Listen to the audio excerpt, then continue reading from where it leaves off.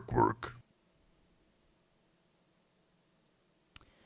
All right, guys, hello and welcome back to the moonducktv coverage of the Royal Arena group stages. We've got Group A here, last day of that, moving forward, and this is going to be game number 2 of Imperial versus Allusions.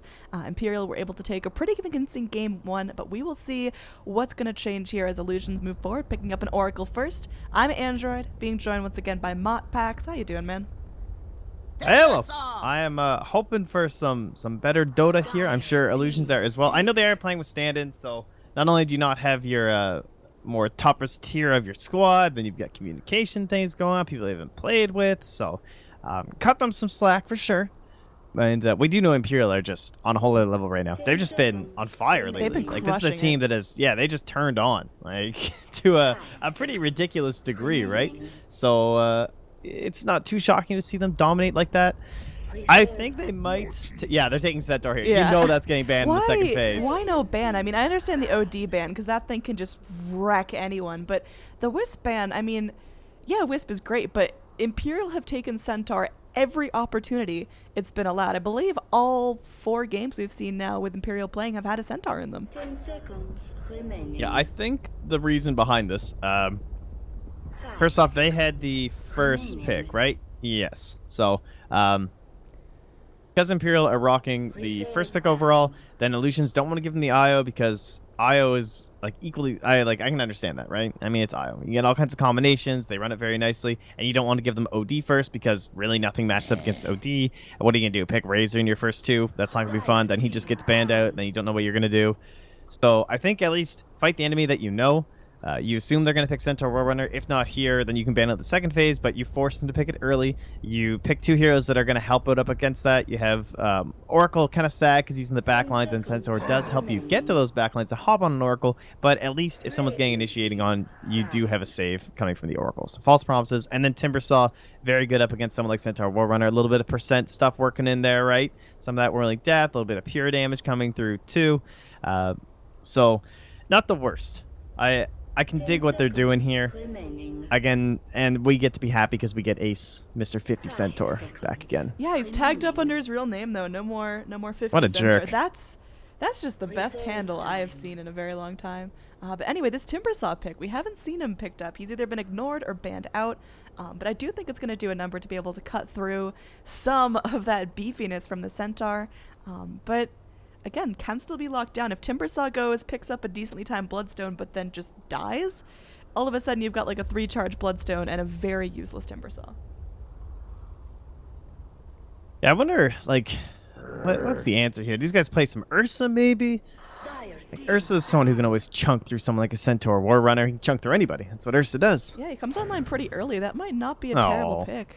What jerks? They banned out the Lifestealer, the one hero that's like super good against Centaur Warrunner again with the Feast and whatnot. Would have been pretty cool with the Timbersaw too, with like Infest and whatnot.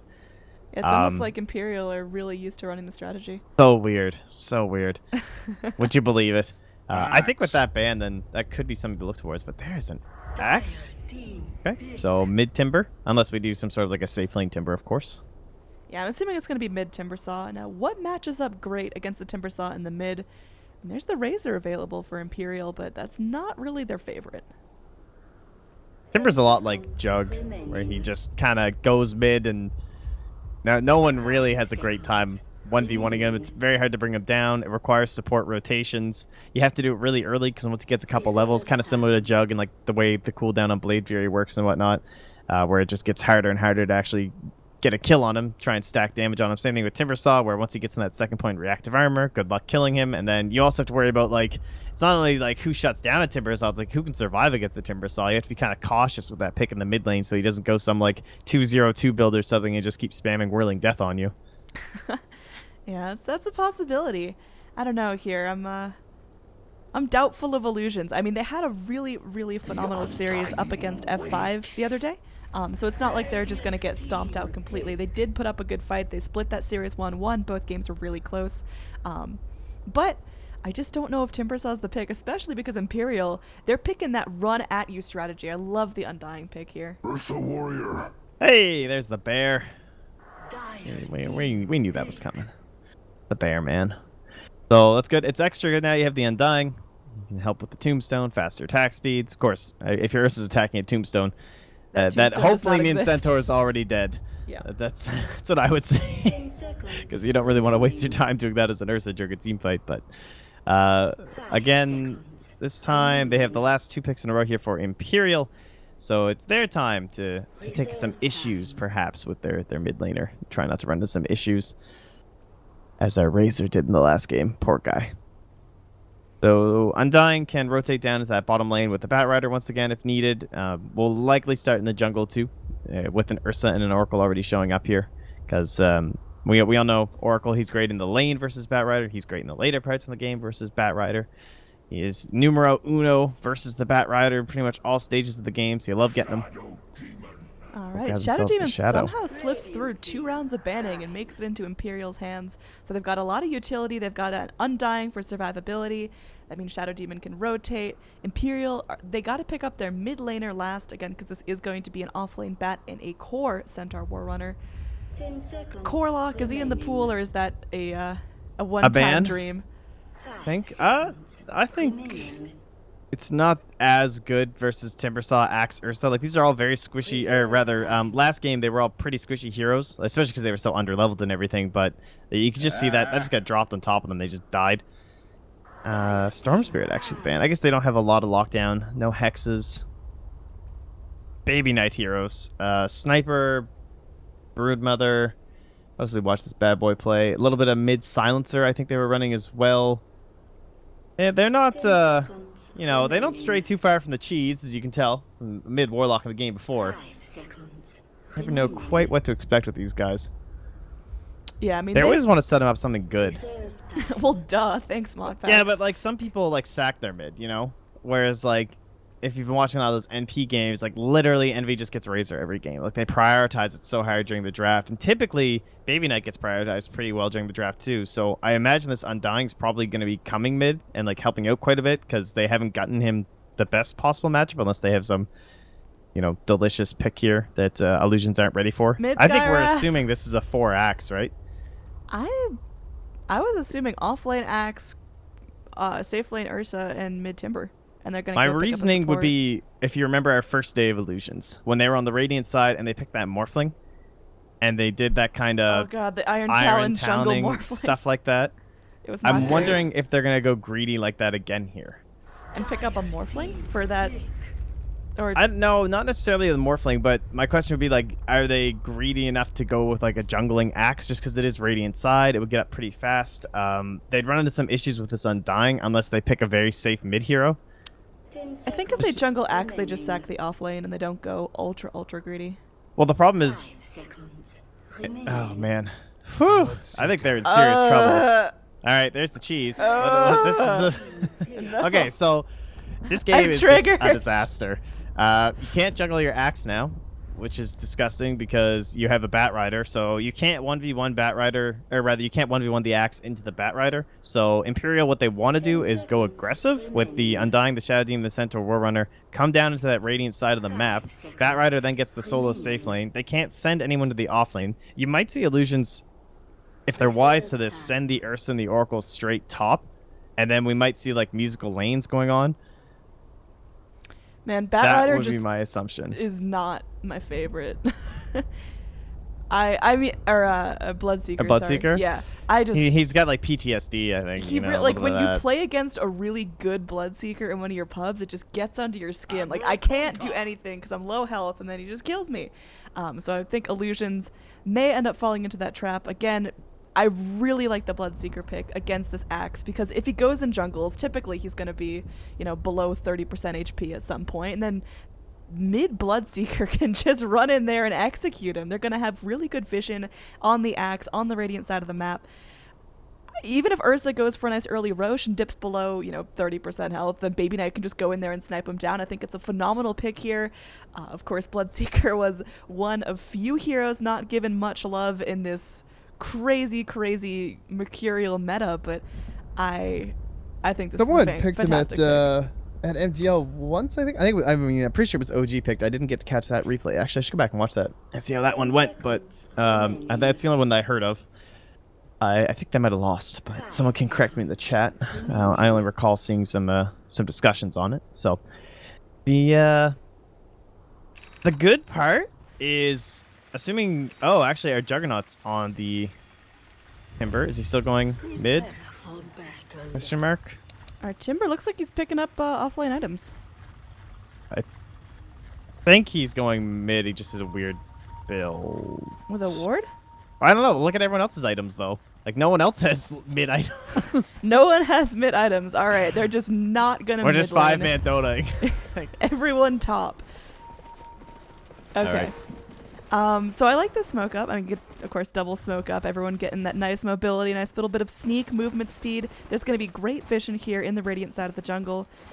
We have to figure out where the axe is going because, again, jungling is going to be really difficult with the Bloodseeker who just grabs 1 point in Thirst and then he's just a monster. Offlaning is going to be pretty tough because is he going to be able to withstand the pressure of a Centaur lane? Probably not. They can throw him in the safe lane, but then your Ursa starts to starve, and it's just a really, really tough game here for Illusions. Even just theory crafting the lanes, how they actually go is totally up in the air.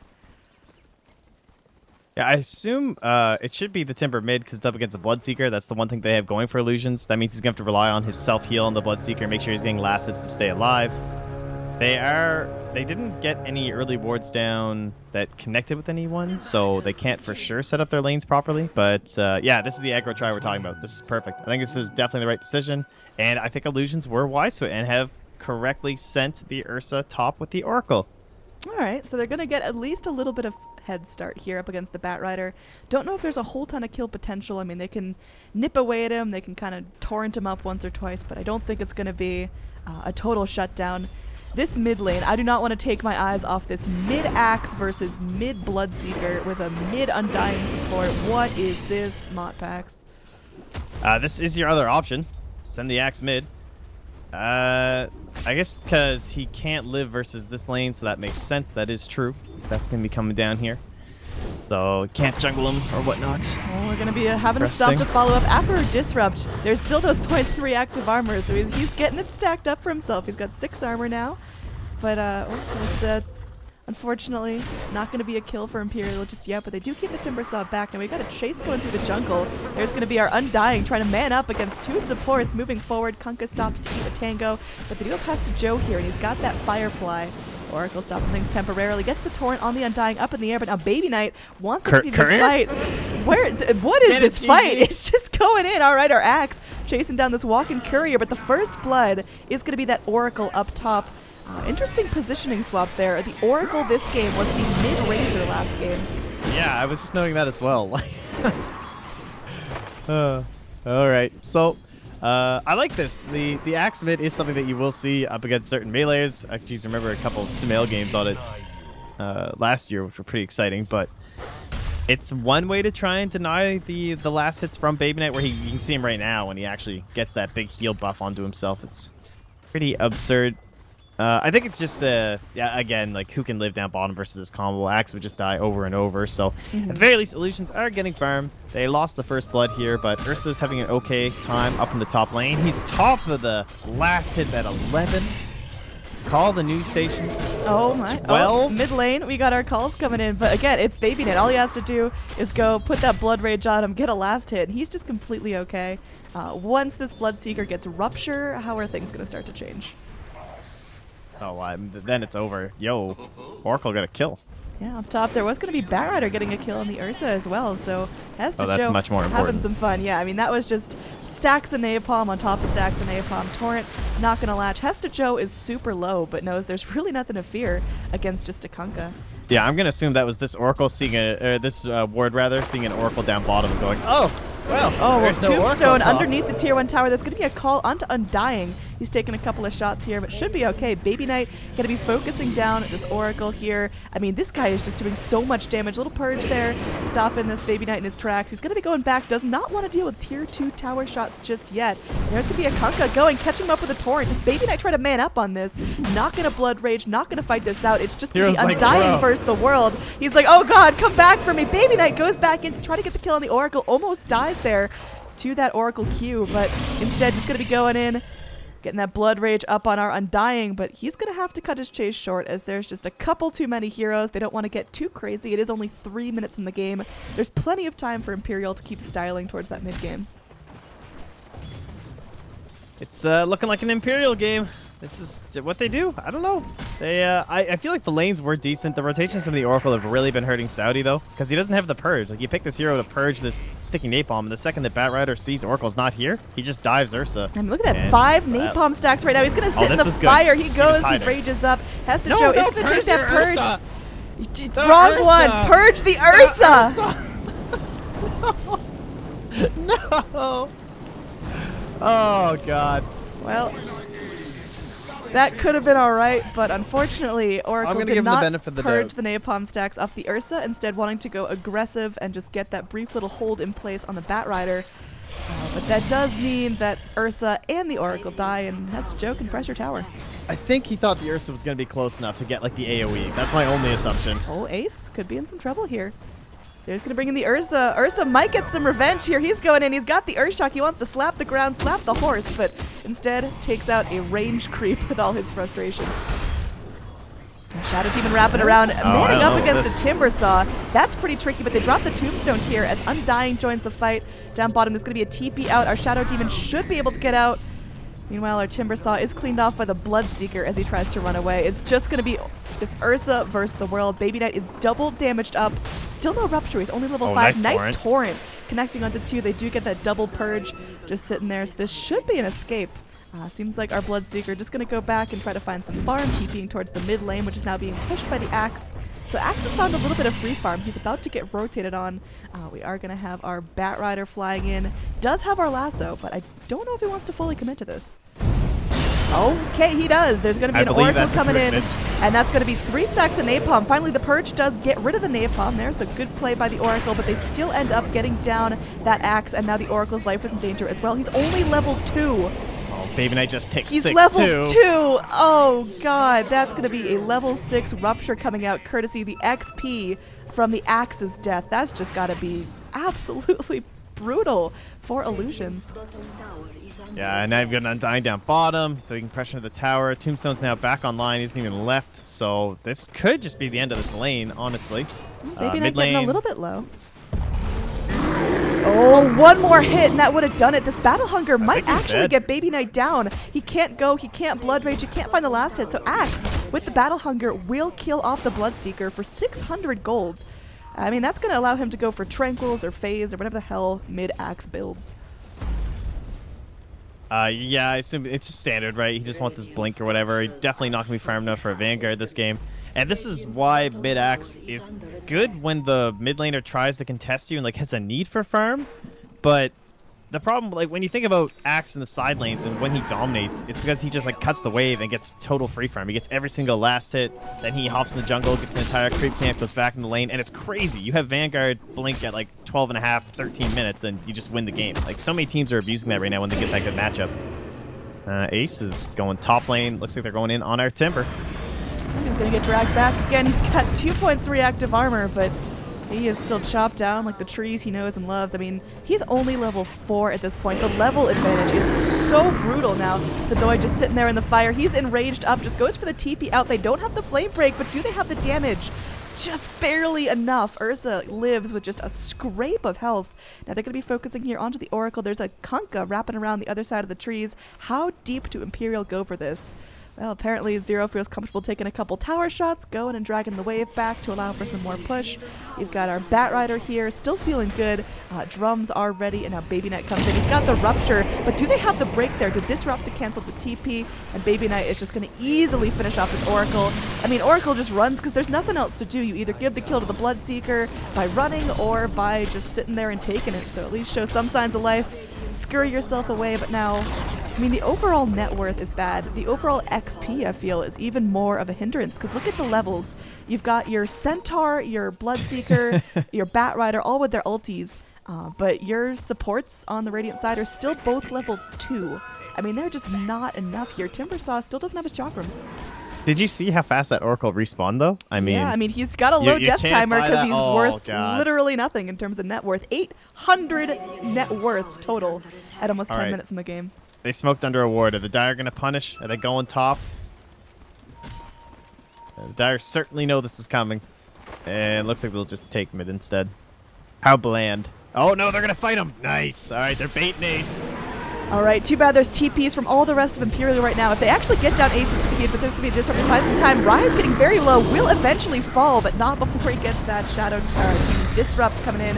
Now there's going to be Axe getting very, very low. These Chakrams, though, doing a number onto our Centaur. Nice little Rupture there as Baby Knight just cleans up. Double kill for him. Wicked 6 streak for Hesta Joe. That is a full team wipe, trading only for the position 5 Shadow Demon. Well, hell yeah, that's worth it. Everyone getting exactly what they need. Now the net worth chart is looking pretty scary here. You've got 4 out of the top 5 being on the side of our Imperial team. I mean, this position 1 Ursa has less farm than the Undying.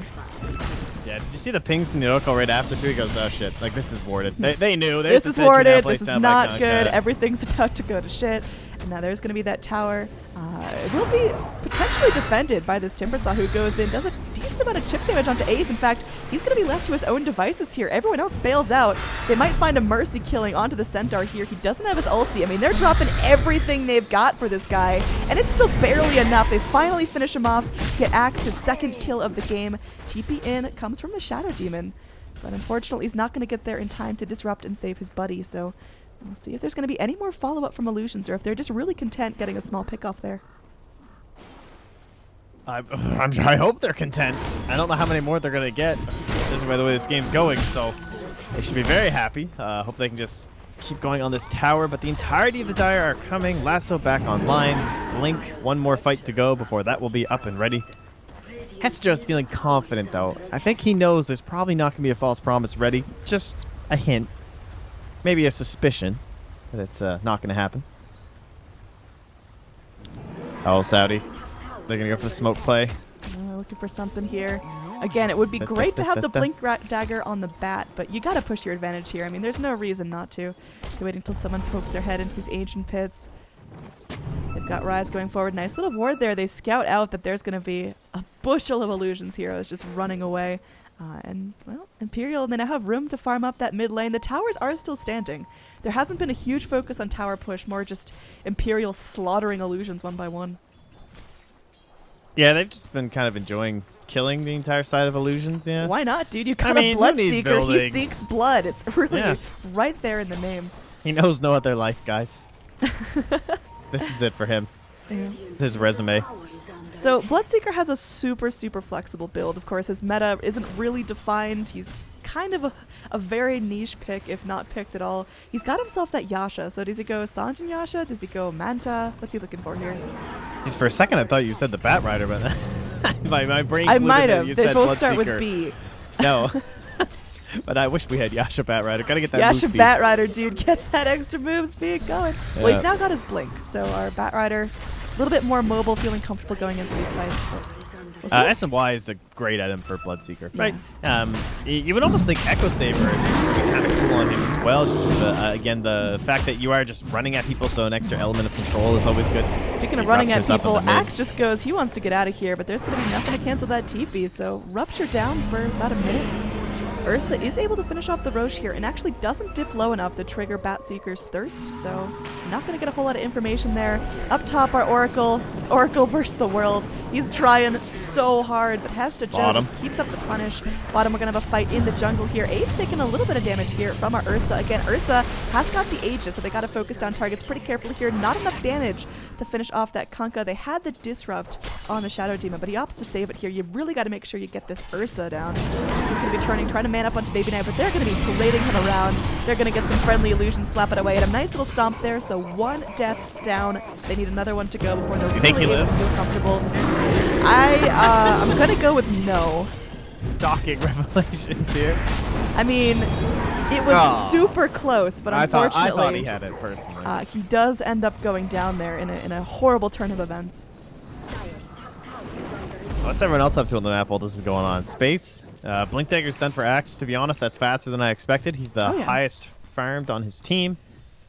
Timber up top. Probably going to buy a value item this game. Can't imagine a full Bloodstone being done, but you never know. That's a Rupture. TP? Too late.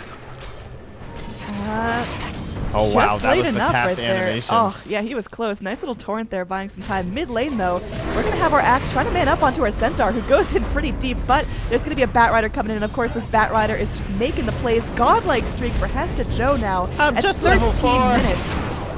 As Ursa TP's in, it's this 1-by-1 death strat. They get the tower in the meantime, so no more shots. A double edge here. Ursa buying a little bit of time, maybe trying to turn onto Hesta Joe, but one more stomp extinguishes his life. Now they're turning here onto this Timbersaw. Again, it's that 1-by-1 strategy that just totally gets into you. They just want to keep going, and they want to take a successful fight against Imperial, but if you're not going to rotate your resources all at once, it's just feeding Imperial slowly but surely. Oh, Baby another Knight, one there. please relax. Up in this top lane, just rips apart the Kunkka. Yeah, he's just getting solo kills while Rupture's on cooldown. Like, honestly, issues have arisen here. Is this SNY? Yeah, it's Oh now man, finished. our Kunkka and Oracle still haven't found their level 6 here, and that's going to be the big discrepancy because both supports on the side of Imperial now have that ability, and now level 11s on all 3 of your Imperial cores, only level 9 and 8 on your Allusions cores. So that means level 2 Rupture, there's going to be level 2 Stampede, you've got your level 2 Lasso. It's just That's really just super showing tough, off, you yeah. know. That's very rude. I think It's rude they're to showing level. off their experience privilege right now to Kunkka and Oracle. All right, You know. Tombstone up. I mean, this Timbersaw, we talked about him being tanky, able to withstand some of the heat, but nah. Nah. Decidedly nah. 4 staff now finished up here for Batrider. Top of the net worth. Attaboy has to Joe. I mean, Hey, he's is that a godlike. Kunkka? Is that a Kunkka? Is that some more free gold here? Oh, it looks like it is. Oh, they get Oh, the would you vision. believe it? He can't hide from nothing. They bring in Ace. They stomp him up. They don't even want to commit the lasso here. They're just styling right now. I'm not sure how much longer they'll stay in this one. Hey, Moppax, Yeah? do me an analysis of what's going on here. Well, I would say that this is the Radiant side not winning. Thanks. Did it, guys. Got it. I actually feel a lot more confident in this game now. There's going to be the Axe burning up. Now, beyond Godlike Streak out for our little Batrider. They're looking to fight underneath this tier 2 tower. Zero taking a bit of damage, but our Undying, he's now speedy. They're going in. Purifying Flames cannot help the Oracle. When will Illusion stop the pain and cry uncle? Because it is 6-26 right now. It's looking pretty difficult. Ace could end up going down here. He's taking tower shots up the wazoo, but again, with a Hood, with a Vanguard, he's just so survivable. Another Tombstone dropped, and Kunkka doesn't even feel safe leaving his base to focus it down at 16 minutes. It's not the best here. Overall net worth is going to be about 15,000 in favor of Imperial. Kunkka now moving forward just to try to get down the Tombstone. The Flame Break comes in. There is going to be that Oracle Purge to hold the That would be Batrider such in a place. kill streak. Someone get that Batrider, That would be like please. 2,000 golds, but at this point, they're not going to be able to find it. There is going to be the Timbersaw peeping his head out from outside his base, wanting to find something. Axe, same story. Again, he's got the blink. He's looking for a call, but it is hella risky when all of Imperial are up, and they are all more farmed than you, aside from the Shadow Demon that's bringing up the rear. Oh, he did not realize he had been hit by the Flame Break and attempted a blink play upon the Batrider. Yes, but blink is canceled by Flame Break, so that sucks. Unless he thought the Batrider was going to jump on him, maybe at that exact moment. I'll give him the benefit Oh, of the doubt. speaking of jumping, it's happening. Our Timbersaw, again, a hero that is notoriously absurdly tanky. It just pulled apart like some nice soft brisket. And that's going to be Ursa now, just purged off now. Oh god, it's happening. There's going to be a torrent not connecting onto anyone. Batrider able to fly around. Hesta Joe feeling so safe going against this Ursa right now. He's picked off by Baby Knight. Mega kill streak coming up for him. Everyone on Imperial, they're still up. They are all low mana. But they are just ready to go, finally take out this tier 2 tower that they've been skirting around for the last 5 or 6 minutes. Yeah. Again, I think it's important to bring up this is standard Dota. Illusions don't have their full squad. They certainly showed up yesterday. I was impressed in their win versus Fantastic 5 and the game following, so I don't want to be too harsh on the team as a whole. Clearly, this game is done. There is just no way. The top 3 heroes on Dire combined for 27,000 net worth, which is double the entire team of the Radiant. Yeah, So- that's a little bit tricky to live through. Now there's gonna be a nice little stomp here. Oh god, big boy Ursa. What's he gonna do here? He goes into that enrage mode, but they're focusing down the Timbersaw in the meantime. They don't even care about this bear. He just got poached. Oh no. Oh god. deep dive here from Hesta Joe, dragging up the Oracle from under the tier 4s. GG finally called out as Allusions just can't take it anymore. Ultra kill for Baby Knight now. Everyone's dead. There's blood on the ground. Imperial. Holy shit. Yeah, they were just shy of tripling their net worth in the end. Who picks Undying in 2016? What is this?